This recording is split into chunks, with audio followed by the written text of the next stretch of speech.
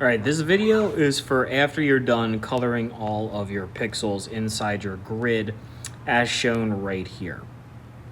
You'll notice that if we were to hide the grid right here, that you'll have like white gaps in between each pixel or square, and that's where the grid was. It was a pretty easy way to fill it. It takes a little bit of time, but this is definitely the best way to complete the project. You'll see here that when I show this layer, most of mine is completed. Again, somewhere at around like 80-ish%, and I think is what the print is going to be like. So make sure you zoom out to get a better look. Do not worry about if some parts are a little bit messier than others. And in the next step, not in this video, we'll be doing a little bit of cleanup to the sides. So how to do this? I'm gonna zoom in. I recommend working on this part really zoomed in. You can see I'm at like 1000% right now. That's kind of actually what I would recommend. I also recommend using the technical pen. It's the tool that I have currently selected. Double check that your opacity is at 100%. You're gonna need that. The size will vary. I think I've been doing mine in roughly around 2.5, but we'll see.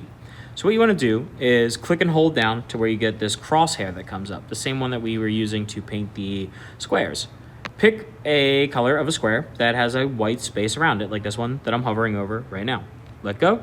Now that I have that color selected, I'm gonna zoom in even more, to be honest. And you'll see that when I start drawing around the square with this, brush, it will fill the white gaps. I don't need to be super clean while doing any of these because it's literally below the color layer, the one that we paint bucketed, anywho.